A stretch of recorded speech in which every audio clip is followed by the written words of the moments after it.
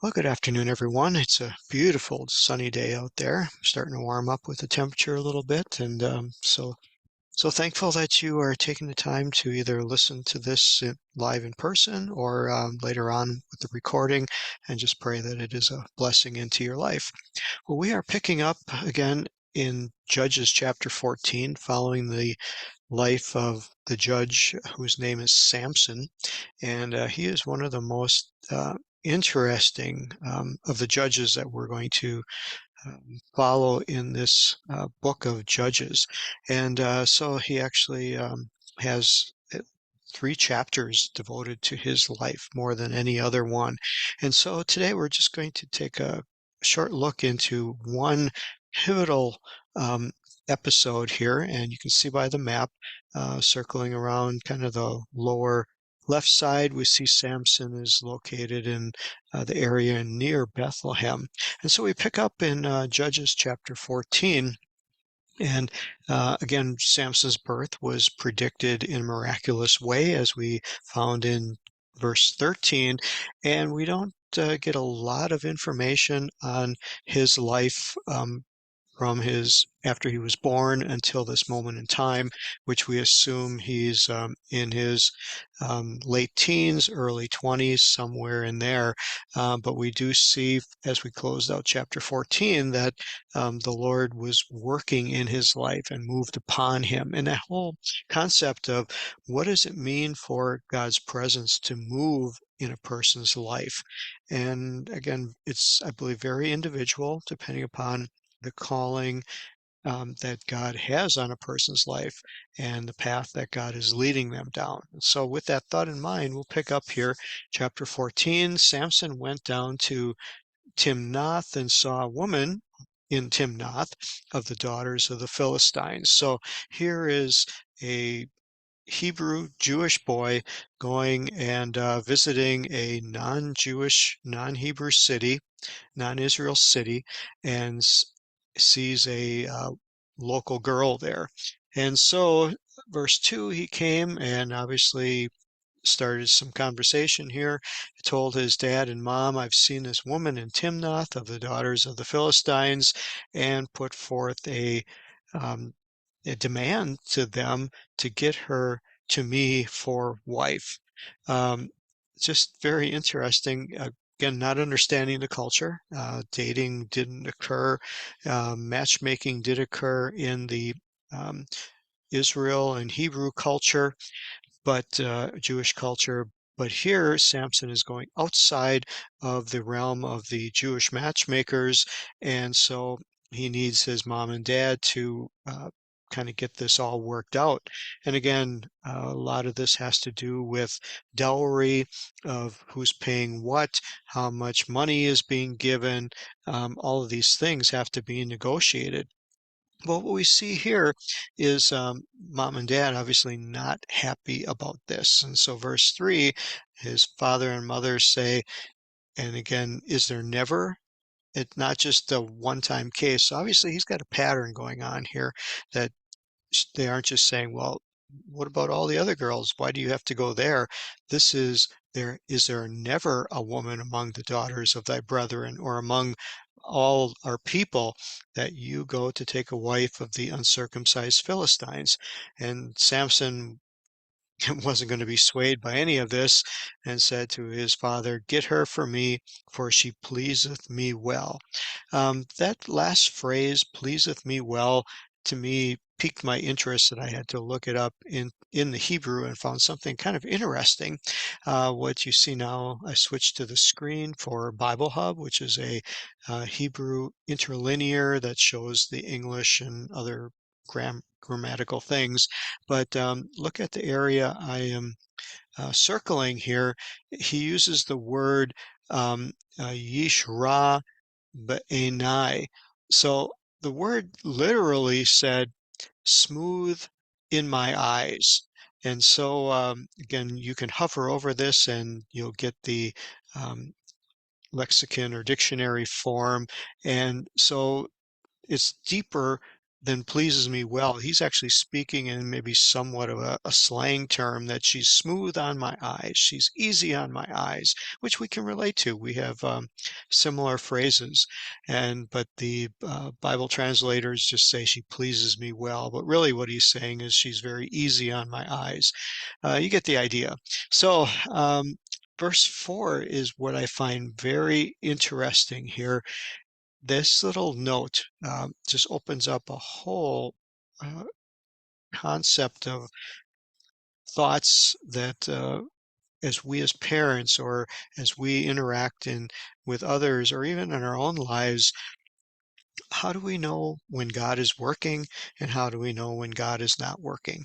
And this verse 4 that's put in here after the fact, obviously, it says, "But his father and his mother knew not that this was of the Lord." You'll notice that the word for Lord is all capitalized. So this is signifying the tetragrammaton or the Yud-He-Vav-He or Yahweh in the Hebrew, meaning the merciful, compassionate side of God. So how is the merciful, compassionate side of God working in this?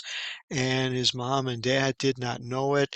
Well, who did and who found out? And did they ever know? So, again, these are very interesting concepts. And it also those of us who are parents obviously have had times where our children have done things that we could not explain, we did not understand, and many times we did not approve of because where they were going, what they were doing, how they were acting just made no sense to us and seemed like a very dangerous situation. Um, we all have parents can relate to that. But it makes me think of these times, could God be working in those situations in my children's life, in your children, your family's lives, in very much the same way that God was working in Samson's life, and his mom and dad did not know this was of God, thought it was all bad, all dangerous, but yet uh, God was working in their lives. Now, again, maybe it's a stretch to compare our children or even our lives to the chosen one, Samson here, but maybe it isn't. So I guess that came to mind. I want to share that with you that maybe there are times when we just don't know what's going on, but we have to trust that there is a God who does know what's going on, and he may be directing people in ways that are very different than we can understand. So this whole scenario is set up that Samson's getting his way. Mom and dad say, "Yes, we're going to take action here. Let's go meet the daughter-in-law to be. Let's go meet the in-laws in-law to be."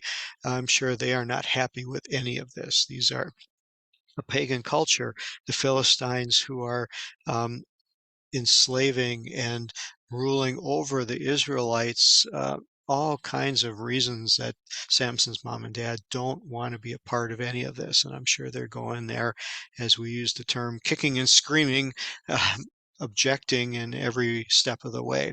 So, what's interesting here in verse 5 is there seems to be two different pathways that they went. Samson went one way, and mom and dad went another way, and they didn't walk together.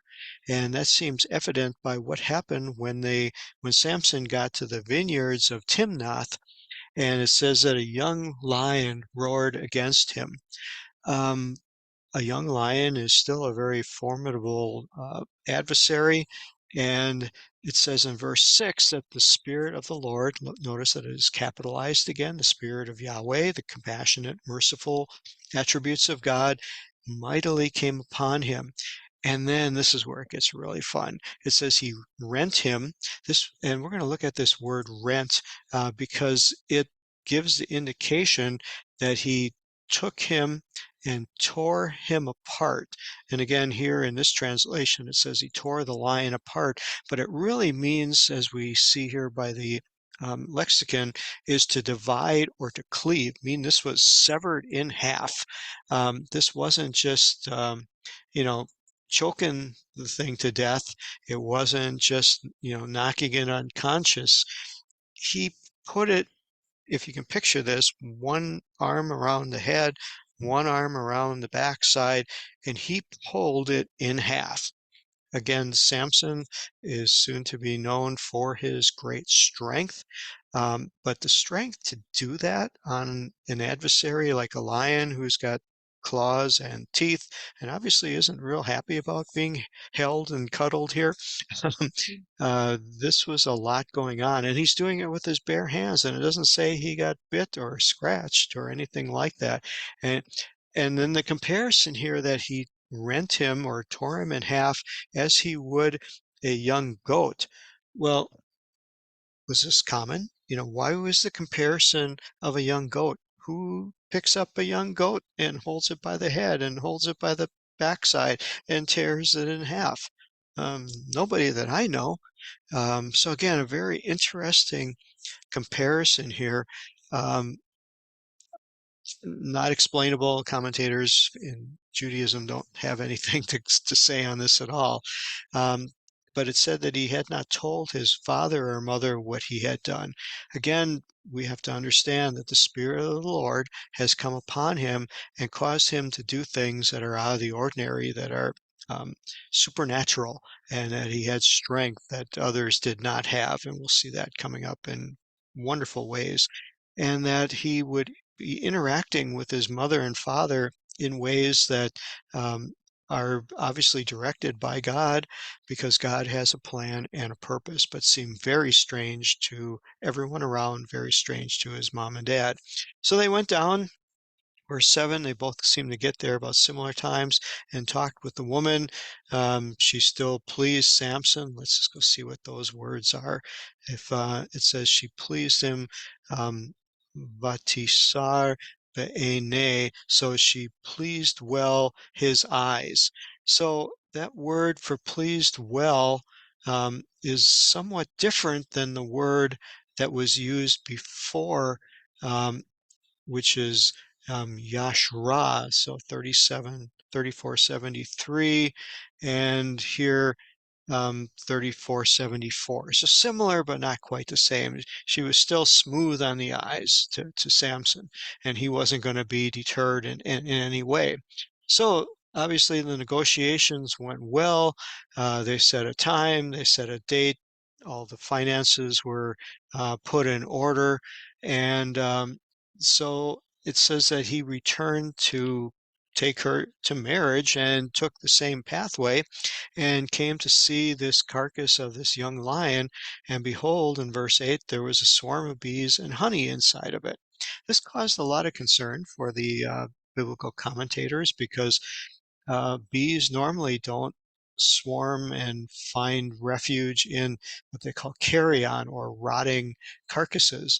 So the only explanation they had was that because of this very arid desert-like land, um, one, there was not a lot of vultures or other animals that came to eat the carcass of the lion, and that it dehydrated and dried out very quickly, so that it wasn't in a kind of yucky state of decomposure, and that's would allow the bees to form swarm there and form honey. Again, was this a natural event? Was it a supernatural event? Was this something that God caused to take place so that he could set up the rest of the episode of this chapter? And that's where my leaning is, that this, again, is something that cannot always be explained in a natural point of view. So, verse 9 says, he took honey in his hand and went on eating. Doesn't say chased the bees away, got stung to death, anything like that. No indication that anything bothered him going into a swarming hive of bees to take the honey out. They were all okay with this.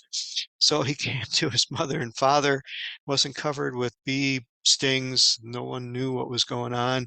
He gave them some of the honey to eat, but he didn't tell them where he had gotten the honey from. And of course, they didn't seem to ask.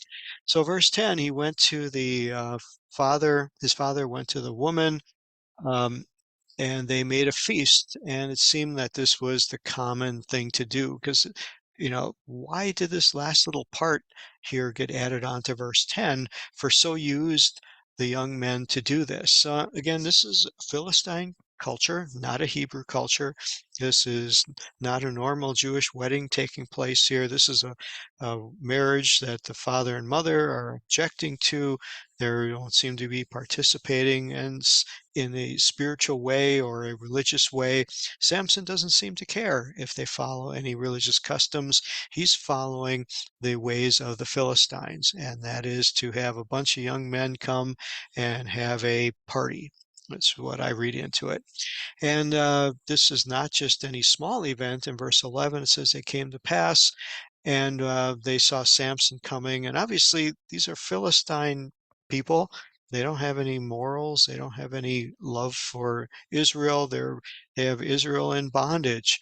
And so they wanted to take advantage of the situation and make good as much as they could and get as much, I'll say, money or enjoyment out of Samson's mom and dad for what they paid for the price of the dowry, and however that was accomplished, whether the Philistine father paid to have his daughter given, or whether Samson's parents paid to accept the daughter-in-law, we really don't know. But obviously there was some wealth there. There were people who wanted to take advantage of it, and here were 30 friends of somebody, of the family, of the bride. Did the bride have brothers and sisters? However it was, there were these 30 other companions that came. The word companion is kind of interesting. I want to look that up and just see what kind of indication there is on this word companion, and it is me-re'im. It's got the re'im as far as a friend. So, but yet this word for friend is the same word as the word for shepherd. It's also the same word as used to describe something that's in a negative context. The word evil comes from this same root word, and you get the impression there that it makes you understand that it is a consuming passion. So a consuming passion can be a good thing or it can be a bad thing.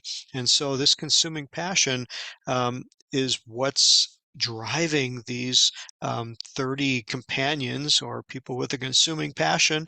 Maybe it was for food, maybe it was for drink, maybe it was to um, support their country. Maybe they were very politically minded and wanting to put forth a good effort to you rah Philistine nation, something like that.